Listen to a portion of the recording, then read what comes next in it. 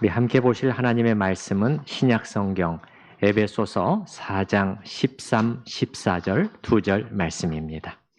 우리가 다 하나님의 아들을 믿는 것과 아는 일에 하나가 되어 온전한 사람을 이루어 그리스도의 장성한 분량이 충만한 데까지 이르리니 이는 우리가 이제부터 어린아이가 되지 아니하여 사람의 속임수와 간사한 유혹에 빠져 온갖 교훈의 풍조에 밀려 요동하지 않게 하려 함이라. 아멘. 우리는 지금 에베소서의 교회론을 보고 있습니다. 사도가 가르쳐주는 에베소서의 교회론을 통해서 성경적인 교회의 모습이 어떤 것인가를 배워나가고 있지요. 우리는 지난 주일에는 어떤 모습의 교회를 봤지요? 자, 주님께서 우리 각자에게 이렇게 선물을, 은사를 주셨는데 그 목적은 뭐라고요? 그 위에 12절 다시 보십시다. 이는 성도를 온전하게 하여 봉사의 일을 하게 하며 그리스도의 몸을 세우려 하심이라. 이게 무슨 뜻이라고 그랬죠? 다시 한번 보십시다. 이는 그 목적은 성도를, 복수라고 그랬습니다. 성도들을, 모든 성도들입니다. 모든 성도들을 온전하게 하여, 이것은 온전히 구비시켜서, 봉사의 일은 무슨 뜻이다? 사역의 일이라고 그랬습니다. 사역의 일을 하게 하며 이로써 결국은 그리스도의 몸을 이렇게 세우기 위함이다. 이 그림을 봤습니다. 즉 모든 성도들이, 일부만이 아닙니다. 일부만이 아니에요. 모든 성도들이 온전히 구비되어서, 잘 갖춰져서, 무장되어서, 준비되어서 자신의 은사를 따라서 사역을 감당하는, 모든 성도가 사역자였습니다. 사실은요. 여기에 따르면은 이렇게 할 때 교회가 건강하게 세워진다는 것입니다. 그리고 이것이 성경적인 교회의 모델인 것이지요. 우리는 자신의 너무 기존 생각, 관념, 교회라는 이런 거 아니야? 이걸 잠시 내려놓을 필요가 있습니다.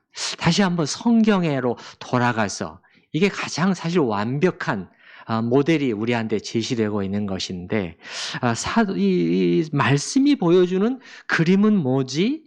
그걸 다시 한번 보면서 이걸 붙들 필요가 있습니다. 그렇지 아니하고 그냥 잘못하면 버스 운전사처럼, 버스 운전기사 혼자서, 목사 혼자서 다 운전하고 나머지 승객들, 온 교인들은 안전하게, 아주 편안하게 앉아서 꾸벅꾸벅 졸고 있는, 이런 모습이 정상이라고 생각하면 안 되겠죠.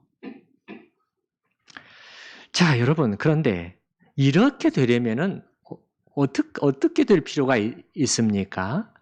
여기 12절에 나와 있는 이런 그림처럼 교회가 되려면은요, 성도들이, 각 신자들이 다 이렇게 이 성숙한 신자들이 되어야 돼요. 만약에 그렇지 아니하고 다들, 대부분이 어린아이의 수준에 머물러 있다면 이 12절에처럼 되기가 매우 어렵습니다. 아마 그래서 사도는 오늘 본문에 보게 되면은 자꾸 성장하는 것에 대해서, 자라감에 대해서, 성숙해짐에 대해서 말씀하고 있는 것 같습니다. 예를 들어서 여기 보게 되면 오늘 본문에서 미숙한 자와 성숙한 자를 대비시키고 있잖아요. 미숙한 자는 14절에서 어떤 단어로 표현되고 있습니까? 어린아이죠. 어린아이. 이와 대조적으로 성숙한 자, 어른은 13절에서 온전한 사람. 이렇게 어린아이와 어른을 말하면서 자꾸 자라가야 한다, 더 크게 어른으로 자라가야 한다고 말씀하고 있잖아요. 예를 들어서 13절 더 뒤쪽에 보게 되면 그리스도의 장성한 분량이 충만한 데까지, 거기까지 도달해야 된다. 이게 자라감이잖아요. 자라감이잖아요. 오늘 본문은 아니지만은 15절에 보게 되면 오직 사랑 안에서 참된 것을 하여 범사에 그에게까지 뭐 할지라? 잘할지라잖아요. 잘할지라. 자, 이 자라감, 성숙한 자로 자라감에 대해서 한번 생각을 해보십시다. 자, 처음부터는 우리는 다 어린아이였습니다. 처음부터 어른인 사람이 누가 있습니까? 우리가 처음 태어났을 때, 처음 예수를 믿었을 때는 다 어린아이입니다. 그러나 그 다음에는 뭐죠? 그 다음에 있어야 할 일은 계속 자라가는 거잖아요. 성인이 될 때까지 자라가는 거잖아요. 만약 전혀 자라지 못하고 있다면, 전혀 자라감이 없다면, 이건 문제잖아요.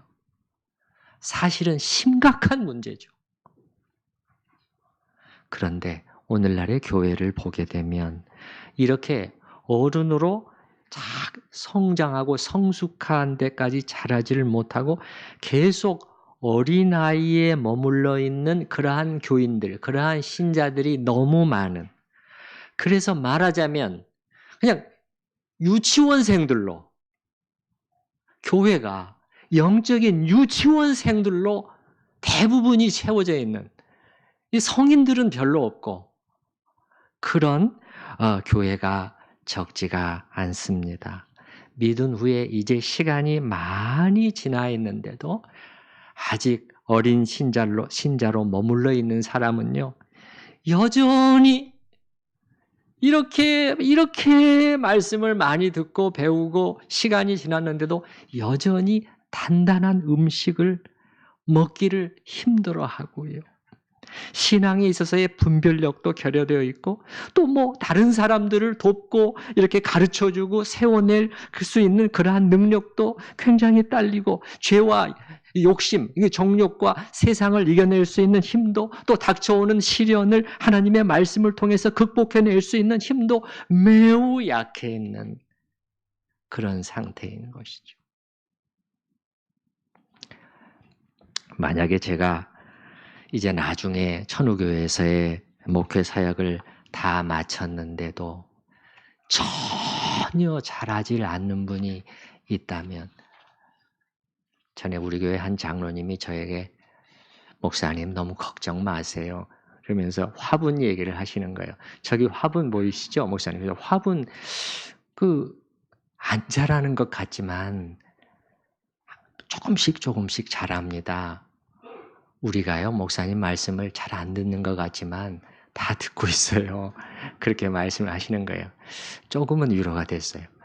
아마 정말 그게 사실이라면 그래도 다행이지만은, 그렇지만 만약에 제가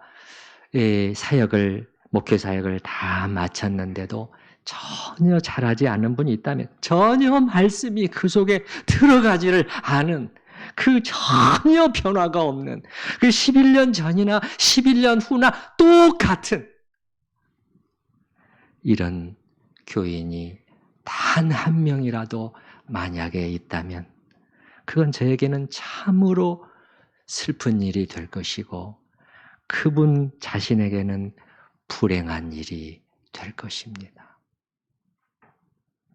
그렇게 되지 않기 위해서 저는 이렇게 어떻게 해서든지 잘하게 하려, 어떻게 해서든지 더 이렇게 말씀 위에, 여러분 중에 힘들어하는 분들이 있다는 것을 제가 모르지 않음에도 불구하고 하나님의 말씀 위에 여러분을 세워가기 위해 부단히 애를 쓰고 기도하고 그렇게 하고 있는 것입니다. 스코틀랜드에서 오랫동안 목회 사역을 잘 해냈고 목사의 길이라고 하는 훌륭한 책을 저술한 윌리엄 스틸이라는 목사님은요, 그 책에 이렇게 써놨는데요. 목회를 하면서 곁길로 나아가는 부주의하고 이름만 그리스도인인 영혼들을 대할 때, 신자들 가운데 이게 있다는 거예요. 반드시 부주의하고 이름만 그리스도인인 신자들을 대할 때 어떻게 해야 될 것이냐. 그럼에도 불구하고 하나님의 말씀이라는 단단한 음식을 그들에게 지속적으로 먹이지 않으면 그들은 상대적으로 피상적인 수준에 머물 수밖에 없다. 그 자기 원래의 수준에서, 그 오늘 영어로 하면 어린아이의 수준에서 전혀 자라가지를 못하고 계속 머물러 있게 된다는 거예요. 더 깊은 단계로 나아가도록 그들을 도전하지 않는 목사는 여기저기서 주어들은 인간적인 교훈을 주는 데서 그치고 만다. 그의 설교는 이 정도밖에 안 되게 된다는 거예요. 그의 설교는. 예, 그렇죠? 그들을 더 높이 끌어올리려는 이제 의욕을 상실해 버리는 거예요. 왜냐하면 뭐 반발도 있고 뭐 여러 가지 반응들이 있겠지요. 예, 너무 힘들다고 그렇기도 하고. 그래 그냥 그 수준에 맞춰져 버리게 되면은 그렇게 되면 여기저기서 주어들은 인간적인 교훈을 주는 설교로 그치게 되고 만다는 거예요. 하나님의 깊은 말씀으로 끌어들이지를 못하고 인간적인 교훈들이야. 이 세상에서도 들을 수가 있잖아요. 근데 겨우 그 얘기를 그냥 하는 데서 그쳐버릴 수가 있다는 것이죠. 여러분, 한 분 한 분이 영적인 유치원생으로 머물러 있는 것이 아니라 계속 자라가고 성장하실 수 있기를 바랍니다. 사실 여기서 사도가 사용하고 있는 단어를 보면은요, 어린아이도 못 돼요. 정확히 하면 유아입니다. 유아. 여러분 여기 14절에 사용된 단어 있잖아요. 이는 우리가 이제부터 어린아이가 되지 아니하여. 이게 어린아이가요. 아주 어린아기입니다. 유아예요. 베이비입니다. 베이비. 그러니까 사도는 너희가 이렇게 신체로 하면은 이렇게 크고 자라고 몸은 자랐는데 이렇게 시간은 많이 지났는데 언제까지 영적인 베이비 상태에 머물러 있을 것인가? 그거지요. 여러분은 여기서 벗어났습니까? 어린애의 상태에서 벗어났나요? 자라고 있나요? 이게 사도의 애타는 마음인 거예요. 애타는 마음. 그렇기 때문에 여러분 오늘 14절 본문에 보게 되면은요. 오늘 이렇게 14절 보면 그러므로 우리가 이제부터 이렇게 하냐. 이제부터는 벗어나야 되지 않냐? 더 이상은 이 상태로 계속 있어서는 안 되겠다. 그 얘기를 하고 있는 것이지요. 여러분, 어린아이는 어떤 특징을 가지고 있나요? 여기 본문을 통해서 한번 잠깐 보겠습니다. 14절 저 뒷부분에 보게 되면요. 밀려 요동하지 않게 하려 함이라. 이건 뭐냐면요. 이겁니다. 이게 풍랑이 거세게 이는 바다에서 한 작은 배가 이리저리 막 흔들리고 요동치는 그 이미지예요. 그 이미지를 우리한테 이렇게 설명해 주고 있는 것입니다. 요동이라는 것은 흔들림입니다. 흔들림. 이리저리 흔들리고 불안정한 상태를 말하는 것이지요. 여러분이 내가 어린아이 상태인가 아닌가 한 가지 이렇게 테스트해 볼 수 있는 기준이 또 이거예요. 난 안정적인 편인가? 아니면 수시로 이리저리 흔들리는 그러한 경향이 있는가? 이걸 봐도 알 수 있는 것이죠. 여기서 그렇다면 우리가 사도가 어린아이를 말씀하고 있기 때문에 잠시 어린아이가 갖는 어떤 특징들을 떠올려 보면서 그러면 영적인 어린아이의 모습을 한번 거기다가 이렇게 같이 비춰보도록 하겠습니다. 물론 어린아이는 좋은 점도 있지요. 우리 주님께서도 말씀하셨잖아요. 내가 진실로 너희에게 이르노니 누구든지 하나님의 나라를 어린아이와 같이 받아들이지 않는 자는 결단코 거기 들어가지 못하리라 그러시잖아요. 어린아이는 순진하고 겸손한 그런 좋은 점을 지니고 있죠. 우리가 본받아야 할 점이죠. 그런데 오늘 사도가 말하는 것은 그 측면을 말하는 게 아니라 여기 보게 되면 우리가 이제부터 어린아이가 되지 아니하여. 그러니까 우리가 본받으면 안 될 부정적인 측면들을 우리한테 말해주고 있는 것이죠. 방금 어떤 특성이 있었습니까? 불안정하고 흔들리는 특성이 있었습니다. 그 외에 어떤 특성들이 있을까요? 어린아이 생각해 보시면. 여러분이 어린아이를 생각해 보시면 여러 가지 특징들이 우리한테 금방 보이잖아요. 제가 그냥 한 3가지 정도만 말씀을 드려볼게요. 첫째, 어린아이는 자제력이 부족하죠. 일시적 충동과 기분에 좌우돼요. 변덕스럽고 자신의 마음을 다스리거나 통제하지를 못해요. 그냥 자기의 감정이 금방 표출이 되어버리고요. 그냥 울다가 웃다가 막 변덕스럽죠. 이런 것이 어린아이의 모습이고, 두 번째는 어린아이는 속기가 쉽죠. 속기가 쉬워요. 무지하기 때문에 아는 게 별로 없잖아요. 그렇기 때문에 분별력이 없어요. 사람들에게 속기가 쉬워요. 영적인 어린아이도 마찬가지예요. 아는 게 너무 없어요. 뭘 배웠는지 너무 모르니까 분별력이 떨어져 있고 속아 넘어가기가 쉽다는 것이죠. 세 번째, 이 점은 로이드 존스가 잘 지적했는데요. 어린아이들은 어떤 특징이 있냐면 늘 새롭고 신기하고 변화 있고 이런 것을 좋아하는 특성이 있지요. 기존의 것들에는 금방 실증을 내잖아요. 예. 새로운 것이 있으면 반응을 보입니다. 무언가 별난 것, 재미있고 신나는 일, 그런 거 좋아하는 거죠. 특히 오락적인 요소, 흥분되는 요소가 있는 일들, 이런 것들이 있죠. 만약 여러분의 신앙 상태가 이런 이와 비슷한 측면이 있다면 아직 어린아이 수준이에요. 나 좀 재미있게 좀 해주세요. 이거잖아요. 요즘에 그 소위 동시대적 예배, 영어로 하면 contemporary worship이라고 해서, contemporary라는 것은 시대에 맞춘 이런 뜻 아닙니까? 시대에 맞춘 예배라 그렇게 하면서 예배에 뭔가 자꾸 흥미를 주는 요소들, 오락적인 요소들, 이 엔터테인먼트 아닙니까? 이게 오락이라는 게 연예인들이 해주는 일이잖아요. 이게. 그러한 오락적인 요소들을 도입하는 그러한 경향이 많아요. 그러한 경향이. 왜 이렇게 되는 거죠? 왜 이렇게 되는 거죠?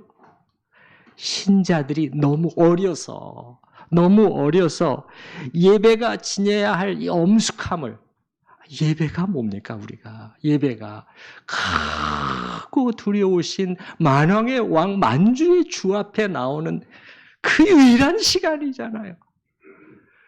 그 시간, 그 예배가 지녀야 할 엄숙함과 그 거룩함과 그 진중함을 도무지 견디지를 못하고 어린아이처럼 예배까지도 좀 재미있게 뭔가 흥분스러운 것들도 좀 주고 그러면 안 됩니까?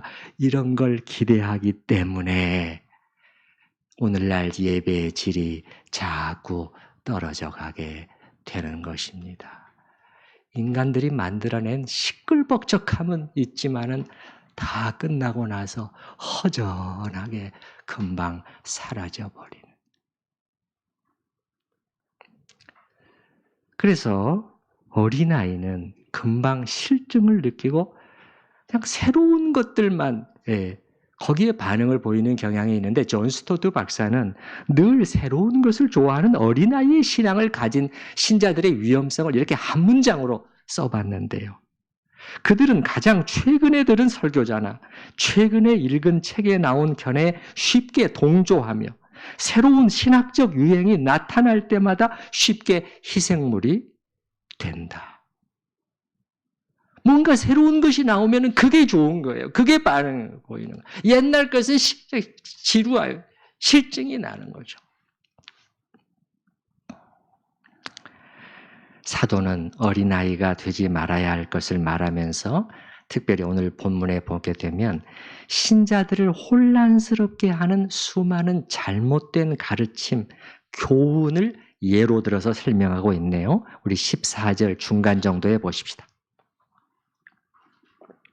사람의 속임수와 간사한 유혹에 빠져 온갖 교훈의 풍조들. 참, 어린아이는 이런 것들의 영향을 받고 흔들린다는 거죠. 그런데 여러분, 이 표현을 다시 한번 조금 더 들여다보십시다. 사도가 지금 어떤 단어들, 어떤 표현들을 쓰고 있는지, 사도가 지금 뭔가 의도하고 있는 게 있는 것이에요. 사람의 속임수가 있고요. 속여요. 간사한 유혹이에요. 유혹도 간사한 유혹, 간사하기 짝이 없는 유혹들이 있고요. 그 다음에 온갖 교훈의 풍조예요. 풍조는 바람이라는 뜻인데요. 온갖 잘못된 교훈의 바람들이 또 있다는 거예요. 이런 표현들을 여러분 속이고 막 간사하게 유혹하고 막 이상한 바람들이 불어오고 이거 여러분 이런 표현들을 통해서 우리가 뭔가 느껴지는 게 있지 않습니까? 우리가 지내는 이 영적인 이 세계가 뭔가 신앙생활을 해나가면서 우리가 경계해야 되고 거기에 빠지면 안 되는 어떤 것들이 있다는 것을 여기서 우리가 감잡을 수 있지 않습니까? 지금 이런 표현들에서. 그러고 보면 우리는 좀 좋은 얘기, 긍정적인 얘기도 물론 많이 해야 되겠지만 그러나 성경에 보게 되면 너무 많은 곳들에서 경계하고 주의시키고 반박하고 비판하고 경고하고 이런 내용들이 많이 나오지 않습니까? 그것도 막 매우 강력한 표현들을 사용하잖아요. 우리 주님이 하신 말씀 기억나시죠? 마지막 때에는 거짓 그리스도들과 거짓 선지자들이 일어나 큰 표적과 기사를 보여 할 수만 있으면 택하신 자들도 미혹하리라. 보라, 내가 너희에게 미리 말하였노라. 내가 미리 말하여 줬지 않냐. 그 말은 무슨 말씀이에요? 정신을 차리고 깨어 경계하고 넘어가면 절대 안 된다는 것입니다.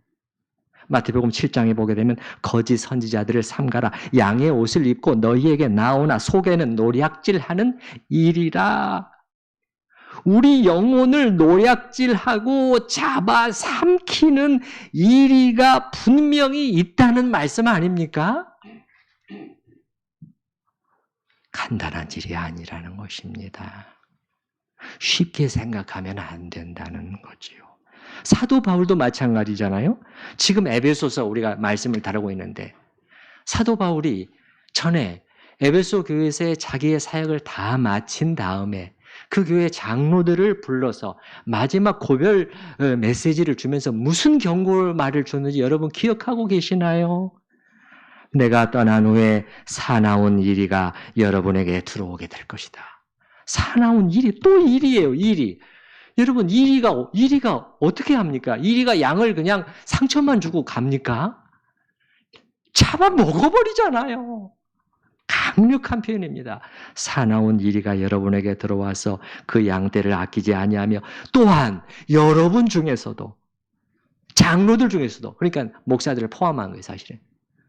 목회자들 속에서도 제자들을 끌어 자기를 따르게 하려고 어그러진 말을 하는 사람들이 일어날 줄을 내가 아노라.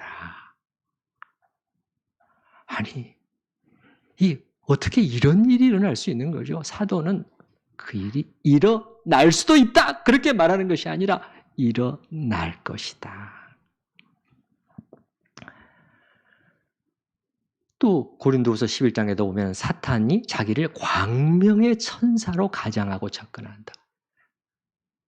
아주 순결하고 깨끗한 천사의 모습으로 다가온다는 것 아닙니까? 그러므로 사탄의 일꾼들도 인간 일꾼들도 자기를 의의 일꾼으로 가장한다. 의로운 좋은 말씀을 전파하는 것처럼 유익한 것을 주는 것처럼 그렇게 한다는 것이죠. 하나만 더 읽어드릴게요. 데살로니가후서 2장에 보게 되면 악한 자의 나타남은 사탄의 활동을 따라 모든 능력과 표적과 거짓 기적과 불의의 모든 속임으로 멸망하는 자들에게 있으리니. 뭡니까 여러분? 능력과 표적과 거짓 기적 이런 외적인 이적들을 보여주면서 속인다는 거 아닙니까? 여기에 속아나가면 속으면 어떻게 된다고 사도가 말하고 있어요? 모든 속임으로 멸망하는 자들에게 있으리니. 여기에 속아 넘어가면 멸망이다. 끝장이다. 끝장이다. 신자들 가운데는 목사님, 주일 강단에서는 조금 은혜롭게 그냥 부정적이고 비판적인 그런 내용보다는 긍정적이고 될 수 있으면 좋은 얘기들을 많이 해주면 안 되나요? 물론 좋은 얘기도 많이 해야 되겠지만 그러나 성경의 분위기는 좀 우리 생각과는 다르다는 것이에요. 어린아이처럼 그냥 속아 넘어가고 이렇게 돼선 안 되고 신앙생활에서는 우리가 눈에 불을 켜고 지켜내야 하는 어떤 중요한 것들이 있다는 것을 우리는 알 수 있지 않습니까? 왜냐하면 우리가 분투하며 신앙생활하는 이 세계는요. 놀이터가 아니고요. 전쟁터이기 때문에 그렇습니다. 제가 볼 때는 성경은 그렇게 말씀하고 있는 것 같아요. 그렇기 때문에 우리가 긍정적인 얘기만 하고 있을 수가 없고 때로는 부정적인 얘기 조심하고 경계해야 될 것 받아들여서는 안 된다 반대하고 거기에 대해서도 우리는 얘기를 해야 되고 때로는 지적해야 되고 그래야 분별력이 생기고 거기로부터 신자들이 지켜지는 거죠. 우리가 배워야 되는 것이죠. 그렇기 때문에 저도 주일 오후에 성경 공부를 통해서도 수시로 또 그런 부분들을 다루고 있습니다. 최근에는 참석해 보신 분들은 아시겠지만은 성경의 이 권위를 무너뜨리려고 하는 이 사탄의 작전 두 가지를 딱 우리가 찾아내지 않았습니까? 예. 그 성경의 권위를 무너뜨려서 이 성경을 신자들로부터 자꾸 멀어지게 만들려는 아주 그러한 계책이 있었다는 것을 겉으로 보기에는 별것 아닌 것 보이죠. 두 가지였습니다. 하나는 여러 가지 직접 계시 주장이요. 두 번째는 현대 자유주의 신학자들의 성경과 관련된 그러한 연구와 그러한 주장이었습니다. 아주 그럴듯해 보였습니다. 그러나 우리가 그 저희를 찾아봤습니다. 그 저희가 얼마나 무서운 것인가, 얼마나 무서운 결과를 가져오는 것인가, 이걸 드러내주는 거죠. 드러내주는 거예요. 우리가 이렇게 하지 않으면 안 되는 이유는 우리를 속이고 우리 영혼을 도적질하는 이 대상들이 있잖아요. 1차적으로는 마귀죠. 사탄이요. 2차적으로는 그의 수하 노릇을 하는 인간 일꾼들이죠. 이들이 너무도 간교하기 때문에 그렇습니다. 너무도 간교해요. 여러분이 생각하는 것보다 훨씬 더 그렇습니다. 그렇기 때문에 어린아이처럼 넉넉고 있다가는 당하기 쉽다는 것입니다. 우리 오늘 본문의 표현을 통해서 사도가 이 자기의 의도를 현실이 어떤가를 우리에게 잘 드러내 말씀해 주고 있는데요. 자, 14절의 맨 뒤에는 결과적으로는 온갖 교훈의 풍조들이지만 이런 온갖 잘못된 교훈과 가르침의 그 배후에 그 동기에 뭐가 있느냐는 거예요. 그 앞에 두 가지가 나와 있어요. 여러분 한번 보시기 바랍니다. 두 가지가 뭐죠? 사람의 속임수와 간사한 유혹입니다. 이게 지금 배경입니다. 이게 동기입니다. 이걸 가지고 이 동기를 가지고 온갖 잘못된 교훈과 가르침을 퍼뜨리는 것입니다. 잡아먹기 위해서 그러는 거지요. 먼저 사람의 속임수입니다, 여러분. 속임수라는 이 단어는요. 이게 무슨 뜻이냐면 옛날에 그 주사위 놀이. 그럼 주사위 놀이를 하면서 속임수를 자꾸 쓰는 그 단어예요, 이게. 오늘날 우리한테 가장 요거랑 딱 들어맞는 그러한 표현이 있다면은 야바이꾼들의 속임수를 말합니다. 요즘에는 그런 일이 별로 없습니다만 젊은이들은 그게 무슨 말인가 할 수도 있겠습니다만 옛날에 많았죠. 예, 돈 놓고 돈 먹기다. 돈 놓고 이거 세 가지로 하고 그냥 막 왔다 갔다 하잖아요. 그러면은 딱 요거 표시되는 거 한번 딱 보여주고 요거 왔다 갔다 하잖아요. 그러면은 그거 맞추면은 자기가 돈 건 대로 그대로 줘요. 10만 원 걸면 20만 원 주고 30만 원 걸면 60만 원 주잖아요. 자기가 봤단 말이에요. 분명히 아주 정확하게 봤어요. 딱 큰 돈 거는 거죠. 쉽게 벌어보려고. 근데 딱 열면 아닌 거예요. 다른 데 있는 거예요. 아니 어떻게 된 거지? 분명히 그쪽이었는데 이거잖아요. 그게 지금 요겁니다. 사람의 속임수예요. 우리를 넘어뜨리려 하는 자들은 이렇게 감쪽같이 우리를 속여버린다고 사도는 주의를 주고 있는 것이고 그 다음에는 간사한 유혹인데요. 이 유혹이라는 이 단어가요. 이 메소데이아라는 단어인데 신약 성경에 딱 두 번 나옵니다. 여기 에베소서 4장 뒤에 6장 11절 딱 두 번 나옵니다. 그런데 유혹이라는 단어는 적절하지 않은 것 같습니다.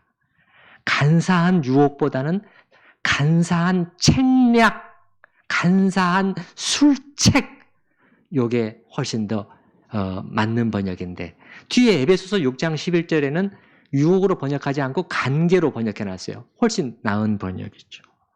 자, 여러분, 이 유혹, 이 술책이라는 단어와 가장 밀접한 뜻을 가지고 있는 것은 계획입니다, 여러분. 계획이에요, 계획. 아주 정밀하게 준비된 계획입니다. 그게 뭐냐면은, 이 간사한 유혹에 담겨 있는 의미는 뭐냐면은, 미리 계획되어 있는 간교한 책략이라는 것입니다. 그래서 영어 킹제임스 성경을 보게 되면 이러한 의미를 살려서 아주 독특하게 번역을 해놨어요. 간사한 유혹을 뭐라고 번역을 해놨냐면, 속이기 위해 숨어 기다리는 간특한 교활성, 이렇게 번역을 해놨단 말이죠. 자, 숨어 기다린다는 거예요. 이게 지금 계획 아닙니까? 계획? 여러분, 혹시 무슨 그림이 떠오르지 않습니까? 잡아먹으려고 숨어 기다리는 그림 떠오르지 않아요? 육식 그 맹수들이 말이죠. 자기의 먹잇감을 사냥할 때 어떻게 하는가 여러분 보이시지 않아요? 막 무조건 덮치나요? 그렇게 절대 안 해요. 딱 숨어서 기다리잖아요. 미동도 하지 않아요. 얼마나 끈기 있게 기다리는지. 냉정하게 기다려요. 냉정하게 계산해요. 그리고 결정적인 순간에 덮치는 것입니다. 사도가 말하는 것은 우리를 잡아삼키려는 대적들이 이렇게 접근해 온다는 거예요. 결코 쉽게 생각하지 마라. 그 말하고 있는 거 아닙니까? 그렇게 생각하는 것은 어린아이. 어린아이는 그렇게 한다는 거예요. 그래서 어린아이는 늘 당한다는 거예요. 영적인 어린아이들도 그렇게 되게 되는 것이죠. 우리의 원수는 간사한 책략으로 정말 잘 짜여진 계획에 의해서 먹잇감에게 다가온다는 거예요. 뭐 우리나라에서도 보면은 여러분 신천지 그 이단 여러분 들으셨죠? 어떻게 접근한다? 정말 우연인 것처럼 접근한다는 거. 한 25년 만에 슈퍼마켓에서 갑자기 만난 동창생. 야, 너 미숙이 아니야? 막 이렇게 하는데, 이게 아니었다는 거예요. 다 찾아보고, 다 어디 있는가, 어디 가는 동선까지 파악을 해가지고. 그렇게 시작한다는 거예요. 나랑 같이 성경 공부 한번 해보지 않을래? 그들은 치밀한 계획 속에서 이 일을 하고 있고, 이 일이 우리 영혼을 노략질하는 거 아닙니까? 그리고요, 이 일에 그들은 열심히 있고요, 헌신되어 있다니까요. 그들의 시간과 돈을 막 다 쏟아붓고 있잖아요. 근데 우리는 이렇게 풀려가지고. 그래서 여기 말씀에 나오는 것처럼 온갖 교훈의 풍조가 이런 동기를 가지고 우리 주위에 난무합니다. 예, 이단적인 교훈이나 가르침은 말할 것도 없고요. 너무너무 의의 일꾼으로 가정하고 막 설교들로 들려오고 책으로 다가오고 뭐 여러 가지입니다. 뭐 예를 들어서 바르고 순결한 신앙의 길을 걷지 못하도록 방해하는 그러한 교훈이나 가르침들도 적지가 않은 것 같아요.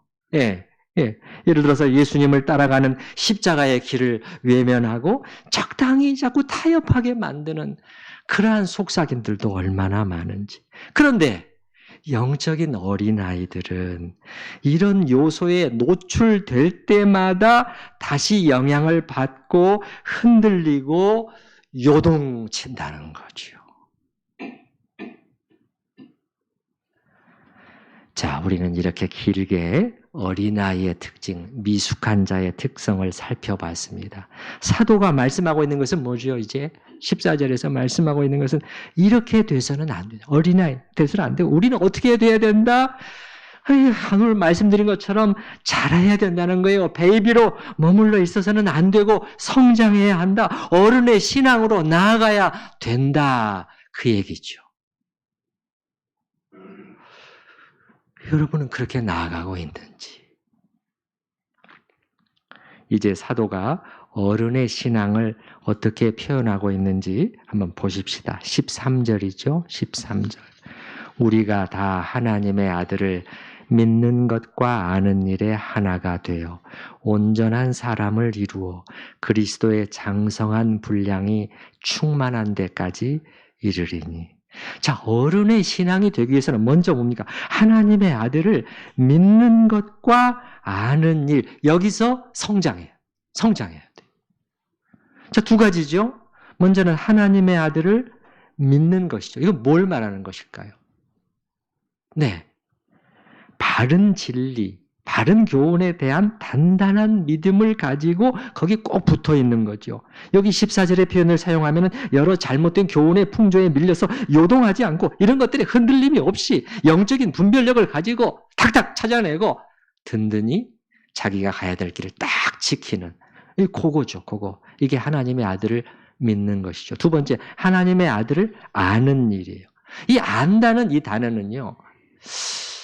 좀 강력한 단어예요, 사실은요. 지식은 지식, 알면 알면인데 완전히 안다라고 해야 될까? 그런 약간 뉘앙스를 지니고 있는 단어예요. 여기 에베소서에서는 두 번 사용됐습니다. 여기하고 에베소서 1장 17절에 사용됩니다. 1장 17절에 어떻게 나와 있죠?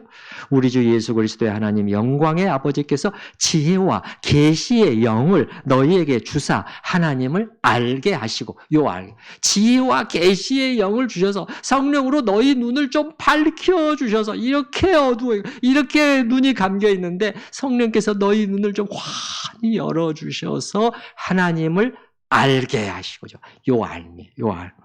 그러니까 여기서 하나님의 아들을 아는 일은 이제 객관적인 지식을 통해서만 아는 것, 그 정도가 아니고 그 이상이에요. 그 이상. 더 나아가서 개인적으로, 주관적으로, 경험적으로. 그래서 제대로 정확히 아는 일을 말하는 것이죠. 이렇게 알면 어떻게 되는 거예요? 이러한 알면요, 알아갈수록 더욱 그 하나님의 아들을 사랑하고 더 많이 생각하고 떠올릴 때마다 마음이 좋고 그분과 더 가까이 하면서 늘 동행하고 사랑의 하나됨을 사모하게 하고 더욱 순종하게 만들어주는 이런 알민 거죠. 이게 지금 하나님의 아들을 아는 일이에요. 이렇게 어린아이 아닌 어른은 하나님의 아들을 믿는 일과 아는 일에 있어서 성장이 있습니다. 계속 자라는 거죠. 계속 자라는 거죠. 그러면 우리가 자라되 여러분 어디까지 자라야 된다고 사도는 말씀하고 있나요? 하나님의 아들을 믿는 것과 아는 일에 우리가 계속 자라되 어디까지 자라야 한다? 여기 13절에 보면은 두 가지로 표현하고 있네요. 첫째는 뭐죠? 온전한 사람을 이루어. 두 번째는 그리스도의 장성한 분량이 충만한 데까지죠. 물론 여러분 이거는 아주 굉장히 높잖아요. 어떻게 보면은 이 목표치는 나중에 주님이 오실 때 완전히 성취되겠죠. 사도는 본문에서 그 시점도 염두에 두고 있는 것 같아요. 그러나 그때뿐입니까, 여러분?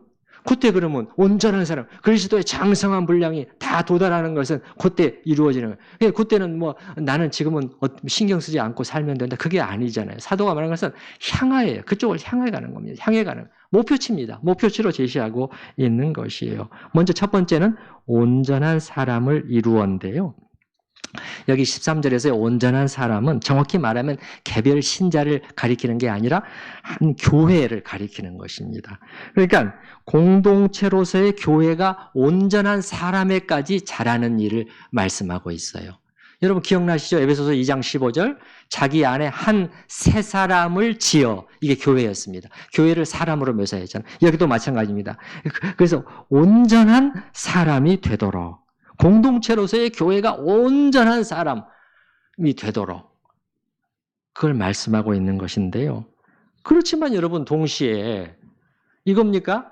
교회가 온전한 사람이 되는 거하고 우리 각 지체가 교회를 구성하는 각 사람이 온전하게 되는 것은 관계없는 것인가요? 아니죠. 각 사람들이 온전하게 되어야 전체 교회가 온전하게 되는 거 아니에요? 여러분 몸을 생각해 보면 금방 알 수 있잖아요. 어떻게 몸이 건강하고 온전한 몸이 되려면 어떻게 됩니까? 그냥 각 지체가 눈이 온전하고 귀도 온전하고 팔도 온전하고 그 발도 온전하고 발가락들도 온전하고 각 발톱들도 온전하고 뭐 머리카락 하나하나까지 다 온전해야 비로소 몸이 건강하고 온전해지는 거잖아요. 그렇기 때문에 교회가 온전해지기만을 기도하고 바라는 것이 아니라 그냥 각자 자기 위치에서 내가 손이라면 손으로서 그 위치잖아요. 내가 발이라면 발로서, 그 발가락이라면 발가락으로서, 발톱이라면 발톱으로서, 머리카락이라면 머리카락으로서 자기 위치에서 은혜 가운데 성장해서 온전한 지점까지 이르러야 되는 거죠. 이렇게 할 때 전체 교회가, 우리 천우교회 같으면 이 한 교회 전체가 온전한 사람에 도달할 수 있게 됩니다. 자, 두 번째 목표치는 13절의 맨 뒷부분, 그리스도의 장성한 분량이 충만한데. 두 번째 목표. 이거 무슨 뜻이죠? 어느 정도는 짐작은 되죠? 여러분이 생각하는 그 짐작이 맞습니다. 근데 정확하게 설명을 드리면은 장성이라는 것은 키입니다. 키. 이 신장이라는 단어예요. 신장. 그리스도의 키의 분량이 충만한 데까지. 그리스도의 키의 정도, 분량은 정도라고 이해할 수 있겠죠? 그 크신 키, 높으신 키, 거기까지 그게 충만한 꽉 찬 정도까지. 거기까지 이른다는 거예요. 여러분, 다시 한번 확인되시죠? 성경이 우리에게 제시하는 목표가 얼마나 높은지 우리가 성경을 읽으면서 이렇게 하지는 않았으면 좋겠어요. 아이고, 그래. 그리스도의 장성한 분량 아주 좋은 말. 성경이니까 당연히 그렇게 말씀하고 있겠지. 이렇게 지나가 버린다면 너무 안타깝습니다. 너무 안타깝습니다. 그게 아니고 하나님께서는 우리가 어린아이로부터 부모가 베이비가 자라기를 원하잖아요. 100일, 1년, 2년 자라기를 원하는 것처럼 하나님께서는 우리가 이 베이비에서 어른으로 성장하기를 원하시는데 정말 이 말씀에 표현된 그대로 13절에 표현된 그대로 그리스도의 키에까지 꽉 찬 자리에까지 도달할 수 있도록 하나님은 간절히 원하십니다.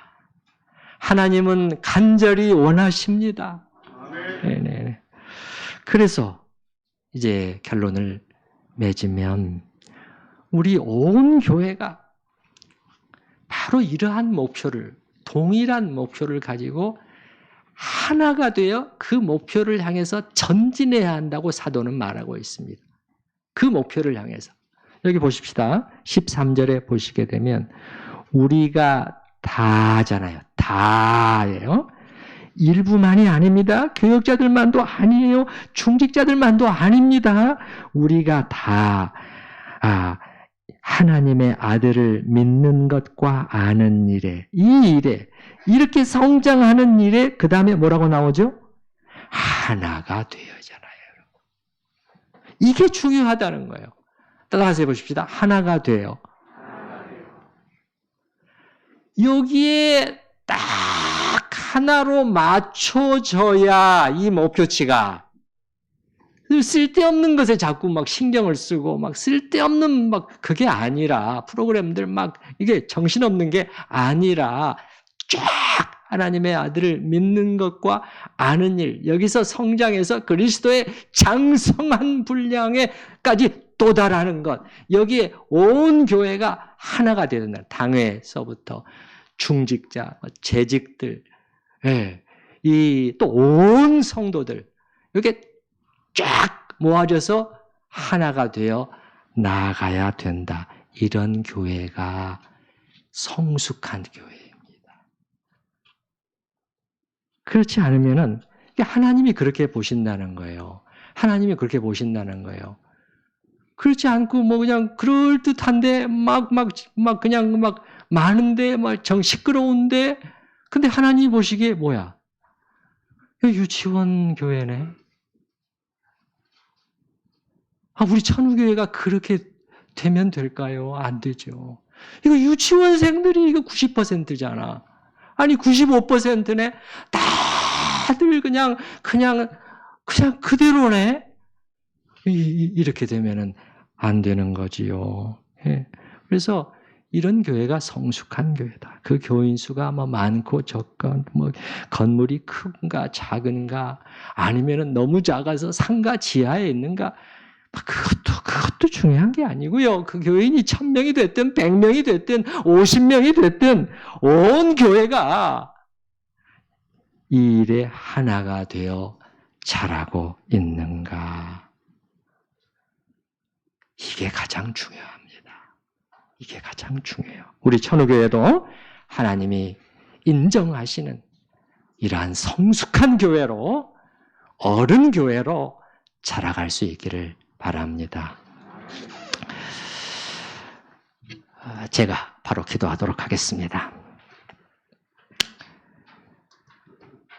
사도는 안타까운 마음으로 시간이 이렇게 많이 지났는데 너희가 주님을 안 지 10년, 20년, 아니 30년, 40년 이렇게 흘렀는데도 어떻게 베이비로 그대로 머물러 있을 수 있단 말인가? 이제부터는 더 이상은 거기 머물러 있어서는 안 돼. 안 된다고. 어른으로 자라가야 된다고. 성인으로 이제는 성장해 가야 된다고 우리에게 촉구하고 있고, 또한 이것이 하나님께서 저희를 향해서 가지신 마음인 것을 이 시간 저희가 배웠습니다. 주님, 우리 안에 하나님의 마음을 우리 같이 느끼고, 내가 정말 이렇게 있어서는 안 되겠어 라는 그러한 거룩한 소원과 다짐이 있게 하여 주시옵소서. 그래서 우리 교회가 바라볼 때 무슨 그냥 그 껍데기들, 그 외적인 것들, 그런 것들의 시선이 가 있는 것이 아니라 이 내실 있는 안으로 확실하게 자라가는 그러한 목표치를 한 마음으로 가지고 성숙한 교회로 자라갈 수 있도록 주님, 이 교회의 은혜를 더하여 주시옵소서. 예수님의 이름으로 기도드립니다. 아멘. 찬송가 459장 함께 찬양하십니다.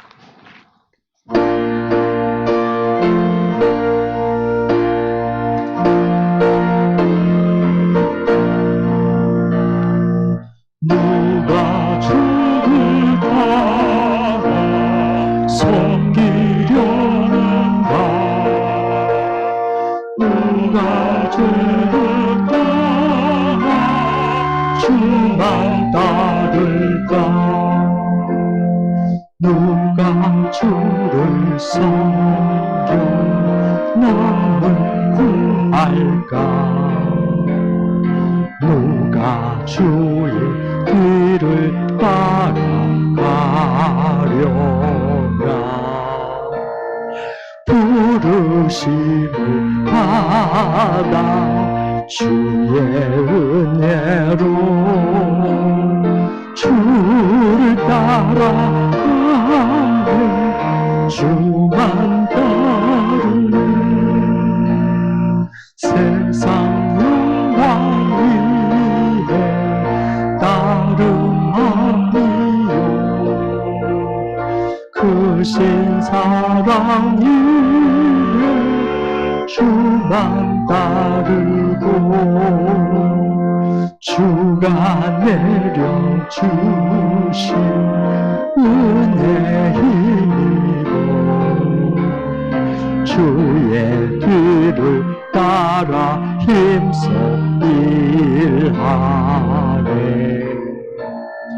부르심을 받아 주의 은혜로 주를 따라가네 주만 따르네 환난 붙당하고 원수 강하나 주의 용사들은 힘이 강하니 누가 능히 이겨 넘어뜨리랴 변함없는 진리 승리하리라 아멘 기쁜 찬송하며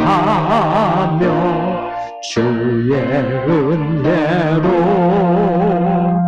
줄 따라가네 주만